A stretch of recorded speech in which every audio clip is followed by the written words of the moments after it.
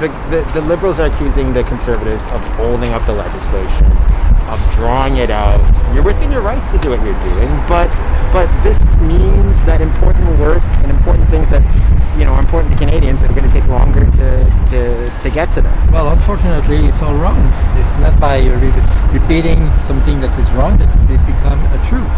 So this is nothing but the truth what the Prime Minister said today. We are open to discussion. We are open to move forward from some debate. We have proved that yesterday. Yesterday, we tabled a motion that has been adopted to have debate on C-18 about the deal with Canada and UK. This is important. There is a deadline with that. So we are ready to work for Canadians and for Canadian workers and for Canadian economy for sure. But the government is owner of the agenda. So he's the one who has no idea where to go, and it's not us. We have never tabled any motion to delay the work or whatever it is. We have a job to do. We intend to do our job, and unfortunately the government doesn't know where to go. So it's not because they have no appetite for work here in the House of Commons that it will be the truth. The truth is that the Prime Minister is doing whatever it can to call the election this spring. And let me pay a look at the agenda of the House of Commons. Because yes, maybe it could feel like, okay, sometimes the House is in, the House is out. Look at the agenda for mid-April to the mid-June. This is where the real job can be done. In 11 weeks, between April and June, 10 weeks in the House of Commons. And this is exactly where we can work correctly and efficiently. Well, you have a deadline in March coming up for me. Yes, on what?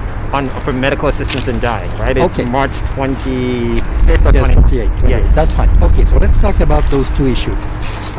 First of all, there is a deadline for C-18, the deal, the free trade agreement between Canada and UK. What did we do? Yesterday, we tabled a motion, has been adopted on our initiative to have the debate yesterday evening.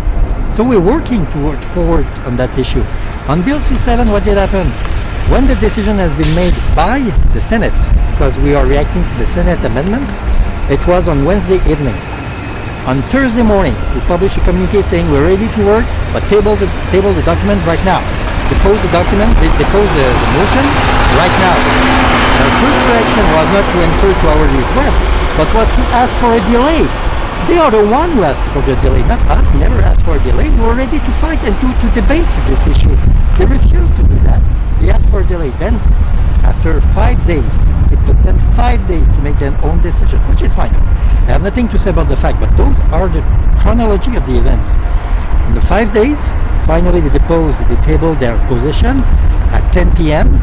And the day after, at 10 a.m., the debate started. And we were there. We participated at that debate. So they called the shot only one day, and after that, they didn't call the shot on a daily basis, normal procedure. They refused to table the Bill C-7 for debate on Wednesday, on Thursday, on Friday, on Monday, on Tuesday, and today. And then now they have the closing motion, or something. I don't know how to say that correctly in English.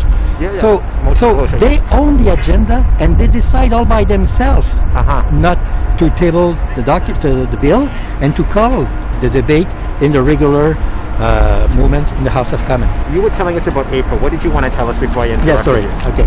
So look at that. This is pretty interesting, because I understand, and me myself, I'm here in the House for a week, and after that I have to go to the riding, after that 2 weeks in the House, and then 2 weeks in the riding. So in February and March, we had a lot of delay. I recognize that. But look at the agenda in the House of Commons.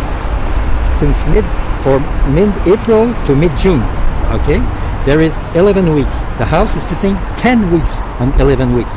This is where the job will be done. But the Prime Minister would like to call the election in that time. The Prime Minister doesn't want to work in the House of Commons. So we use it as a pretext to call the election. But this is where... So he owns the agenda. He's the one who decides to run the election, to call the election or no. Can I ask you really quickly, can you ever see a Conservative Party of Canada changing its mind on a consumer carbon tax? Is that something you could ever see your party doing? Well, as you know, there is many good ways to fight the issue of the climate change, to fight positively. I don't want to fight the climate change. I want to fight the climate change. Yes, I understand. And there is many ways to address it, and the carbon tax is not the one that we believe in, because I will give you. I'm from Quebec City. Okay, I'm a guy from Quebec, and there is a cap and trade system that's working out. We have not seen a decrease of emission. So I think, and that's what our proposition in the last election in our platform, to have the obligation to the big polluter to address this issue. Because it's more efficient if you address the big polluter instead of addressing all the small polluters. Obviously, there is an important issue with the small polluter. But if we address it first and foremost with the big polluter, as Alberta did for many years, this is the best way to achieve something very concrete for that issue. So this is what we tabled in the last election with another long list of other propositions. As you remember, we had 53 propositions for climate change. But in this issue, this is not about the carbon tax. The price on the carbon, the price of pollution is not the way, is not the one that we put on that. So changing your mind on the carbon tax is not. Well, as I told you, there is good ways, other ways to address this issue instead of this one. Mr. Deltel, thank you so much. I was out. C14? Yes. Okay, fine. The yes. I was out there and Poilievre was holding a copy of it. He said, ultimately we don't really have many issues with this. Okay, but why the change of mind? I don't We understand. never change our mind. First of all, C14, the first day we said, cut the bill in two. One for the emergency measure, Yes. and the other one to long-term measure. Yes. So we can have the debate right now and adopt it before Christmas. That's what we made on day one on that, and they refused. So we work forward. We work for Canadian. As your question was, why don't you work for Canadian? We work for Canadian on that issue, and they refused.